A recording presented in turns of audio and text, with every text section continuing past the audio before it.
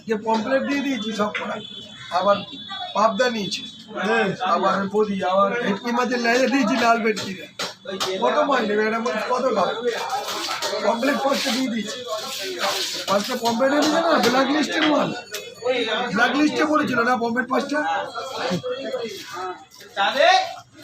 কি খাবি, পাবদা মাছ নিবি? কাতলা মাছ